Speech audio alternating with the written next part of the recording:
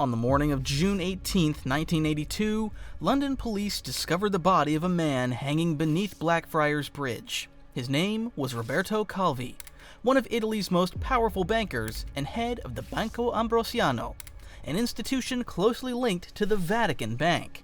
At first, it looked like suicide, but something didn't add up. Calvi's pockets were stuffed with bricks and cash in multiple currencies.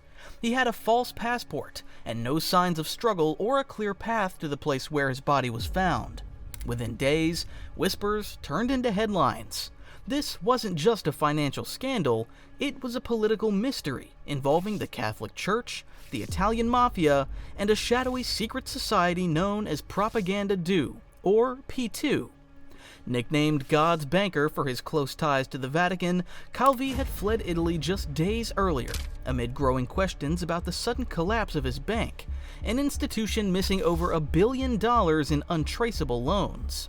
His death and the unraveling of the financial empire he helped build would expose deep corruption inside the Vatican, raise serious questions about the role of organized crime in global finance, and reveal how far powerful institutions will go to silence those who know too much. For decades, the case would remain one of the most tangled and unresolved mysteries in modern European history. This is the story of Roberto Calvi, the banker who rose to the heights of global finance before being found hanging from a bridge, caught in a web of secrecy that still casts shadows today.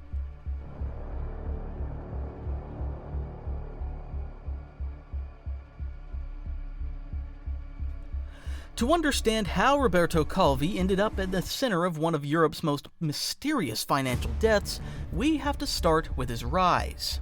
Born in Milan in 1920, Calvi's early life was shaped by war and reconstruction. After serving in the Italian army during World War II, he entered the banking world, just as Italy was rebuilding its financial institutions from the ruins of fascism and occupation. By the 1960s, Calvi had joined Banco Ambrosiano, a prominent private bank with close connections to Catholic institutions. Ambrosiano prided itself on its ties to conservative Catholic values, and Calvi, ambitious, discreet, and deeply connected, rose quickly. In 1975, he became chairman of the bank. Under his leadership, Banco Ambrosiano grew aggressively. It expanded across Latin America, the Bahamas, and Luxembourg.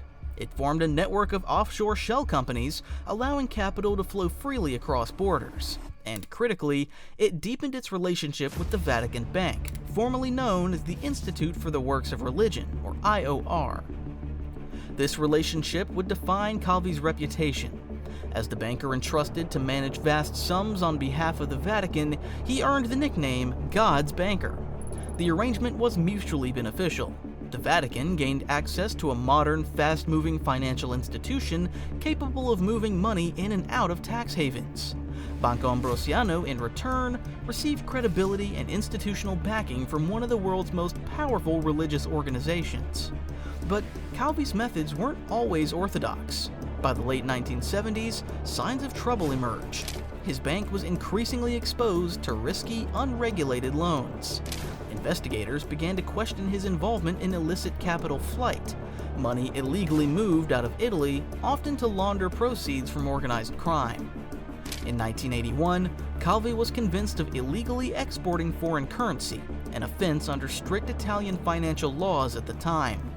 Though he was appealing the conviction, the case marked the beginning of his public fall from grace. Privately, however, his troubles were much deeper. Banco Ambrosiano's balance sheets were showing massive shortfalls. Whispers of mismanagement, mafia involvement, and secret society links began to swirl. And behind the scenes, Calvi was trying to plug financial holes that were becoming impossible to hide. What began as a rise through conventional finance was now collapsing into a multi-layered scandal, one that would soon become fatal.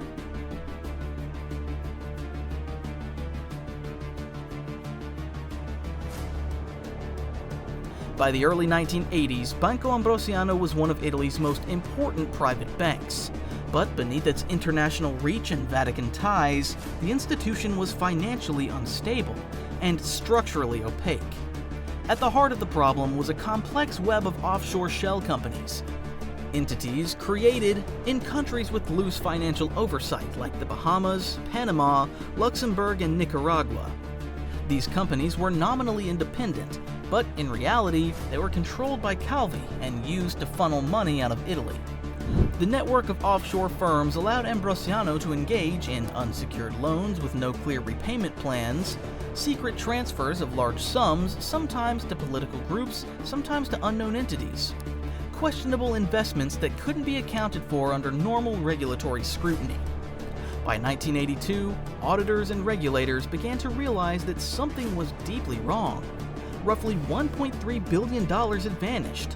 Loans issued by the bank's foreign subsidiaries had gone unpaid and unrecorded in any official traceable way. The Vatican Bank was directly implicated, not as a shareholder of Banco Ambrosiano itself, but as a moral guarantor. The IOR had issued letters of patronage backing loans made by the offshore companies. These were essentially unofficial assurances that the Vatican stood behind the bank's financial operations. When the money disappeared, creditors and investigators looked to the Vatican for explanations. But the Church denied direct involvement. Instead, the Vatican eventually agreed to pay $250 million to Ambrosiano's creditors, without admitting any legal responsibility. This move was seen by many as a compromise, a financial settlement to avoid deeper investigations into the Vatican's inner financial dealings. Calvi had built a system dependent on constant cash flow and secrecy. The offshore network worked only as long as the loans kept rolling over, and no one demanded a full accounting. When regulators began closing in, and when Calvi's political and institutional protections started to falter, the whole scheme began to crumble. In June 1982, as auditors moved in and arrest warrants were looming, Calvi fled Italy, using a false passport and false name, heading first to Venice, then to London. He told associates he feared for his life, and he had good reason. The money had vanished, the bank was collapsing, and Calvi, who once sat at the nexus of the Vatican, international banking, and organized power, was now the man holding all the secrets. Just over a week later, he was dead.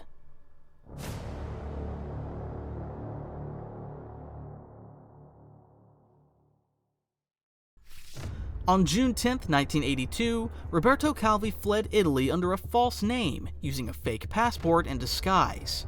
He was a man on the run, not just from financial regulators, but likely from people with far more to lose if he talked. He flew first to Venice, then made his way to London, where he checked into a modest hotel under the alias Peter Walker. There, he kept a low profile, paranoid, anxious, and reportedly meeting with unknown associates in the days that followed. Just 8 days later, on the morning of June 18th, a passerby in London spotted a body hanging under Blackfriars Bridge, suspended from scaffolding over the Thames. It was Roberto Calvi. But almost immediately, investigators found the scene to be off. Calvi's body was hanging by the neck from an orange rope tied to the scaffolding. His pockets were stuffed with bricks, a detail that defied logic for any suicide theory. He was carrying $15,000 in cash in multiple currencies. He wore an expensive watch, but no sign of struggle was evident on his body. He had no known access to the bridge scaffolding, which would have required either climbing equipment or assistance. Police initially ruled the death a suicide, but the evidence didn't add up. Questions immediately began to surface. Why would a man preparing to appeal his conviction, and with so much cash on hand, choose to kill himself? Why stage the suicide in such a public, symbolic place? And what were the bricks meant to symbolize? Conspiracy theories emerged almost immediately, ranging from mafia hit to Vatican-sanctioned silencing and even to ritualistic punishment tied to the P2 Masonic Lodge, of which Calvi had been a member. The symbolism of the location, Blackfriars Bridge, caught particular attention. The name Blackfriars was seen as a possible reference to the black robes worn by Catholic clergy. It was also speculated to be a coded message, a warning from those who ordered the killing.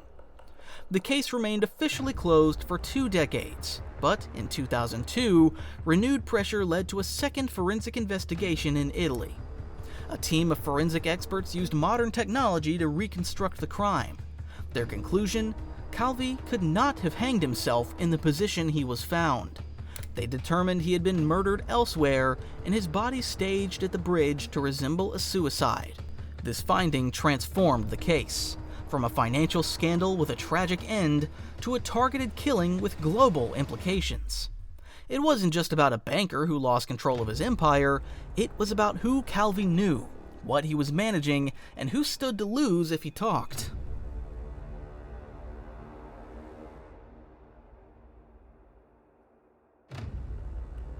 To understand why Roberto Calvi might have been murdered, we have to examine the network of power and secrecy he was embedded in, a triangle of influence involving the Vatican Bank, the Italian mafia, and the secretive P2 Masonic Lodge. 1. The Vatican Bank. Calvi's close ties to the Institute for the Works of Religion, commonly known as the Vatican Bank, were at the heart of his power. The IOR had long operated as a sovereign financial institution, exempt from international banking regulations due to the Vatican's diplomatic status. The Vatican was a major shareholder in Banco Ambrosiano. Through letters of patronage, the IOR had effectively endorsed Calvi's offshore loans, even though they claimed no legal responsibility when the money vanished. The Vatican was accused of using Ambrosiano as a vehicle to fund anti-communist movements, particularly in Latin America, during the Cold War. When Ambrosiano collapsed, the Vatican agreed to pay $250 million to creditors, but stopped short of acknowledging any role in Calvi's downfall. Critics say the payment was hush money, a way to prevent deeper scrutiny of where Vatican money had really gone. 2. The Mafia. The Italian Mafia, specifically the Sicilian Cosa Nostra, had a different stake.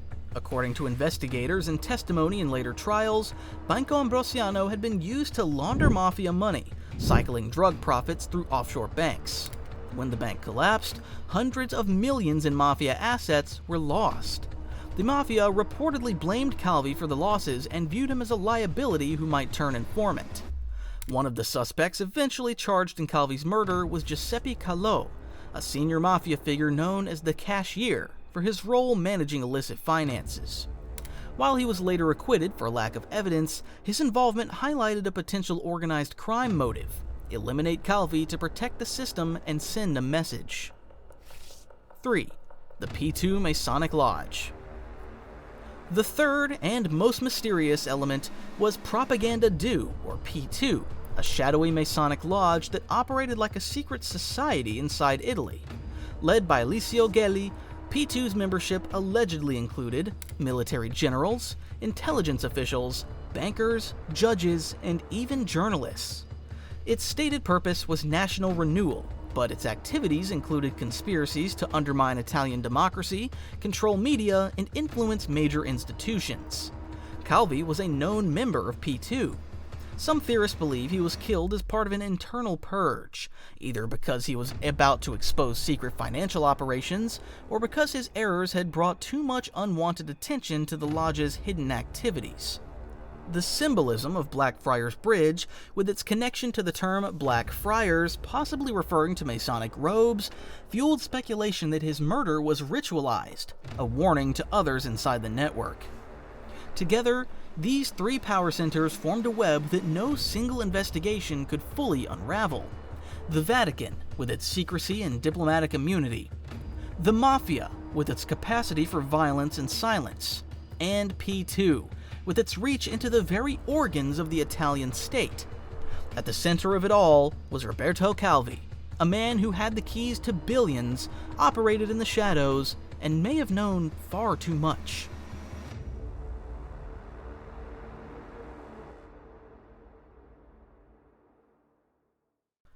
For decades after Roberto Calvi was found hanging beneath Blackfriars Bridge, his death remained officially unresolved, a case without convictions, despite mounting evidence of foul play.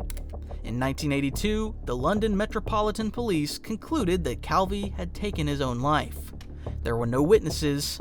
The scene, while strange, lacked clear signs of a struggle, and the prevailing theory was that Calvi had cracked under pressure as his empire collapsed. But family members, particularly Calvi's wife and son, disagreed.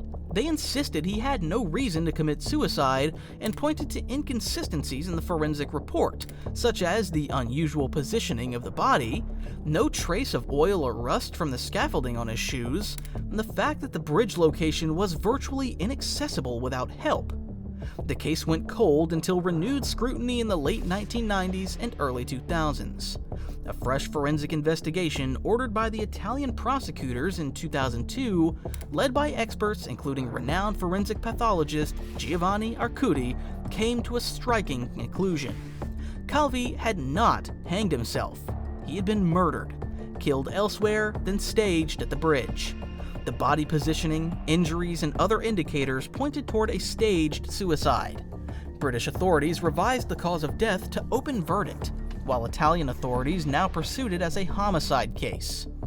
In 2005, Italian prosecutors charged 5 individuals with Calvi's murder: Giuseppe Calò, senior mafia boss; Flavio Carboni, a businessman with alleged P2 and mafia ties; Manuela Kleinsig, Carboni's companion; Ernesto Diotilevi, alleged Roman mob figure; and Silvano Vittor, Calvi's former bodyguard. The prosecution's theory was that Calvi was killed on mafia's orders. He had lost their money, he knew too much, and he was seen as a liability who might cooperate with authorities. The trial lasted over 2 years, involving hundreds of witnesses and documents, but in the end, in 2007, all defendants were acquitted due to insufficient evidence. Though the court acknowledged Calvi had been murdered, it concluded that the prosecution could not definitively link the suspects to the crime. The verdict was a major blow to those seeking justice.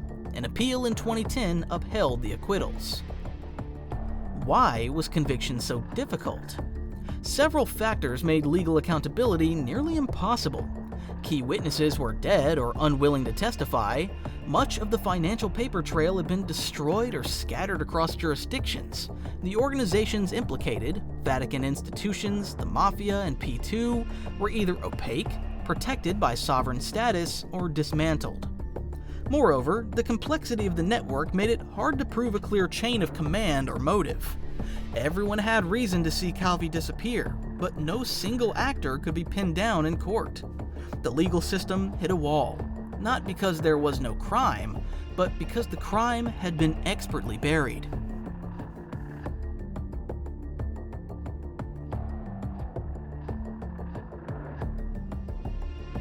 The death of Roberto Calvi and the collapse of Banco Ambrosiano weren't just the end of a banker's career. They were a crack in the global financial system, revealing how deeply money, power, and secrecy can become entangled. More than 5 decades later, the case still resonates, not just because of its mystery, but because of what it exposed about institutional vulnerability and impunity. Calvi's financial empire operated across multiple jurisdictions, using shell companies, offshore accounts, and informal partnerships. Regulators in Italy, the UK, Bahamas, and Luxembourg struggled to trace the flow of funds. Auditors were unable to get a clear picture until it was too late. This complexity is not unique to the Calvi case. It remains a structural challenge in global finance today, where vast sums can be moved invisibly and accountability often dissolves in cross-border complexity. The Vatican's role in the scandal raised difficult questions about the power of religious institutions operating in international markets. Despite clear links to Banco Ambrosiano's offshore network, the Vatican never faced legal consequences. Its eventual $250 million payment was framed as a gesture of goodwill, not an admission of guilt. This set a precedent. Institutions with sovereignty or diplomatic protections can operate outside the bounds of typical scrutiny, even when implicated in major financial misconduct. Calvi's case also demonstrated how criminal organizations, particularly the Italian mafia, leverage legitimate financial systems to move, clean, and invest illicit money. Money laundering through banks with weak oversight is still a key tool for organized crime. When these institutions fail, as Ambrosiano did, the consequences can be violent and far-reaching. The fact that no one was ever convicted, despite substantial evidence, also sends a dangerous message. Powerful networks can silence whistleblowers, erase trails, and survive exposure. For Calvi's family, the unanswered questions have remained a lifelong burden. His son, Carlo Calvi, spent years pursuing investigations and supporting legal action, only to see it stall again and again. For the public, the story served as a rare glimpse into a world most never see, the high-level intersection of faith, finance, and fear. In that sense, Calvi's legacy is twofold. He became a symbol of how unchecked power corrupts absolutely, and how the truth can be buried not by lies, but by complexity and delay. Robert Calvi's story is more than a financial scandal or an unsolved murder. It's a window into a world where religion, organized crime, secret societies, and global finance converge behind closed doors. His rise was built on influence, discretion, and loyalty. His fall revealed what happens when those same forces turn inward, when loyalty vanishes and secrets become liabilities. Calvi died with too much knowledge, in a system that preferred silence. His final days were spent in hiding, caught between betrayal and fear, carrying the weight of a billion-dollar collapse and the trust of institutions that now distanced themselves from him. Today, despite numerous investigations, forensic reviews, and trials, no one has been held legally responsible for his death. There are theories, documents, and credible suspects, but no verdict. Instead, we're left with symbols: a banker hanging under Blackfriars Bridge, bricks in his pockets, a trail of money leading nowhere, an institution still standing, still powerful, still opaque. Calvi's death may never be fully explained, but his case remains a cautionary tale, a reminder that when systems are built on secrecy, the truth can be the first casualty. And in the world of high finance, sometimes the most dangerous thing you can be is the man who knows too much. If you found this story eye-opening, don't forget to like, subscribe, and hit the notification bell.